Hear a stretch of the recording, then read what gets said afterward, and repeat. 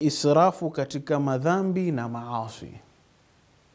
Mwenyezi Mungu Subhanahu wa Ta'ala anatuambia katika Al-Qur'anul Karim, qul ya ibadiyalladhina asrafu ala anfusihim la taqnatu min rahmatillah inna Allaha yaghfiru dhunuba jami'a innahu huwal ghafurur rahim.